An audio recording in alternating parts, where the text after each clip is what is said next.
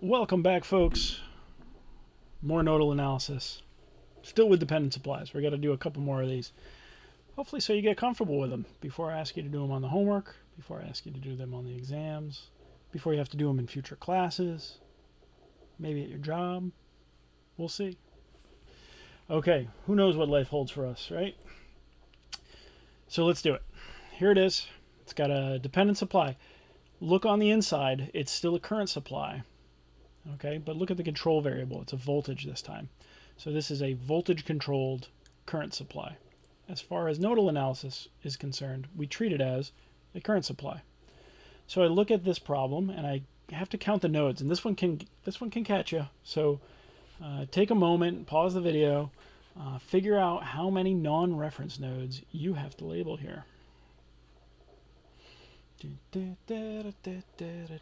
Okay, so there's 3. A lot of people get caught in this corner and they label one here and one here. And that's not the case because I don't have to cross over a component. Right? So a lot of people will do that, but I don't have to cross over a component to get between those two. So you can label it on either side. I'm going to label it where I left it there, and we'll call that node A. Node A is all of this. Okay? Pretend you're that paint bucket flood fill tool. Go all the way to the components to find the nodes. So there's only 3 nodes, but we've got this current supply hanging off the side now. So we label those nodes, passive components, resistors. So far, we drop our current directions. I usually go down and right, but look, this voltage is positive over here, negative over there. So I'm gonna follow passive sign convention. Just makes my life a little easier. Okay, let's see. No voltage supplies, 3 KCLs. So let's have at it. KCL for A. Well, right off the bat, we have the dependent supply to deal with. So we've got 3 VO going in. We've got minus VA over 10. That one's leaving. Looking at this current, it's leaving. And it's VA minus VB over 4.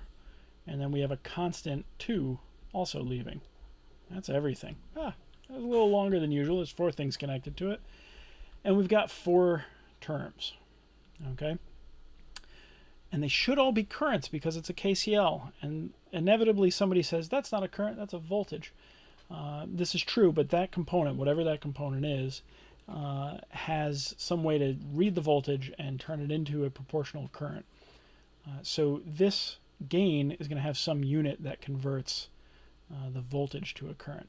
It's going to be amps over volts to make that into a current. So I usually get that question, so I thought I'd at least mention it here. Ask me in the live session if you didn't quite follow that. But we're trying to make those units match so that we can be mathematically correct. You can't walk 5 feet, take a right, and go 6 ohms. You just can't add those up. Okay, oops, knocked the microphone. Sorry about that. Let's see here. We got to do some substitution. V out. Okay, so what's V out? V out's over here, and VC is at the tail, and VB is at the tip. Except it was a voltage. VC is connected to the positive side. VB is connected to the negative side. So we end up with an expression that looks like that. Now, a lot of you are going to be tempted to put it over 2. Don't do it, right? Because that's a voltage over a resistance, and it should equal a current. There, the units need to match up. Okay, so a lot of you have just gotten in a rhythm, and you're going to make that mistake, but we're trying to write an expression for a voltage, so make sure that it's a voltage. All right, doing some substitution, we get that 3 is going to distribute to both of those, right? So it's going to be 3 VC minus 3 VB minus 1/4 VA plus 1/4 VB, and I'm going to bring that 2 over by adding it to both sides. So it looks like we're doing okay there. Negative 1/4. So while I'm doing this, I'm rearranging, right? I'm bringing VA out to the front. VB, I've got -3/4 and +1/4. What is that? -2.75. -2.75 VB. Okay. And +3 VC. And that's equal to 2. Okay. That's ready to go. So other than writing that expression, which we already know how to do because we know how to do it for all of our output variables, and doing a little bit more algebra, it's the same stuff. So I'm hoping you're getting comfortable with all of this. Let me know if you're not, and I'll give you more homework. Because that's the best way to get comfortable. That's why, not because I'm trying to hurt you. Okay, KCL for B. Okay, KCL for B, there's no dependent supply. So this is going to be like we've done, for the last handful of problems without an issue. Okay, so I'm going to go this current, and this current. So it's going to be plus VA minus VB over 4 minus VB minus 0 over 5 and plus VC minus VB over 2. And that's equal to 0. Okay. Algebra. Let's see. VA, 1/4 VA plus -1/4, -1/5, -1/2, all in front of VB, and plus 1/2 VC, and that's equal to 0. Oh boy, what is that going to be? That's going to be 5/20, 4/20, and 10/20. So is that going to be -19/20? Sure looks like it. So -19/20. Let me do that again. That one's going to be 5. That one's going to be 4. That's 9. That's going to be 10. Yeah, I think I did that right. 1/4 VA. It's funny how we can screw up basic arithmetic so easily. It would be even funnier if I just did it then. I don't think I did. And I don't realize it until y'all tell me. Okay. So that was the KCL for B. Last one, KCL for C. Let me scroll up so I can see what's going on. Okay. Oh, I like this one. I got 2 constants.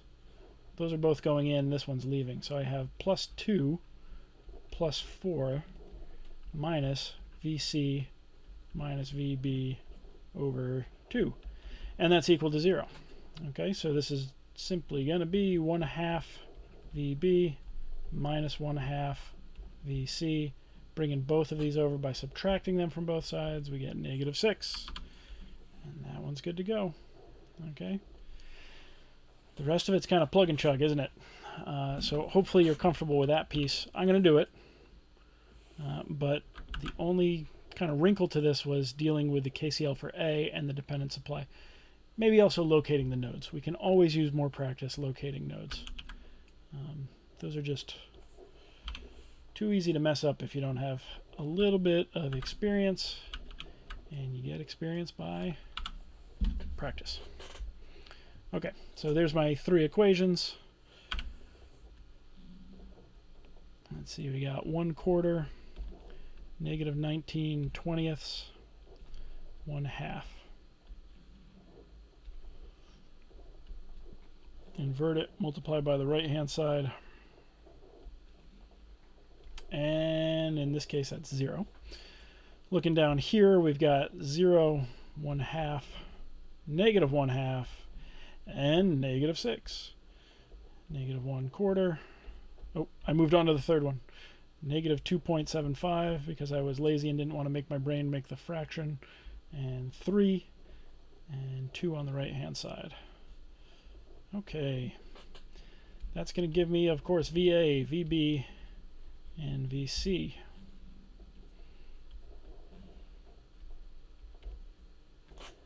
Let's figure out what that is. Gotta find my calculator. Oh, 1 divided by 4, -19 divided by 20. 1/2, 0, 0, 1/2, -1/2, -6, 1/4, negative 2.75, 3, and 2. Those are massive numbers. I think they're right, though. There's a lot of current in this this little circuit, so it's not unheard of to have some gigantic numbers. We've got 336 volts, 200 volts, and 212 volts. Hi, look at that. They're huge. I'm going to check my work after I turn off the recorder. If it's posted, it's right. Okay, so with those node voltages, we got to go find V out, right? And we had an expression for V out here. So I can really just take that expression again, bring it down here,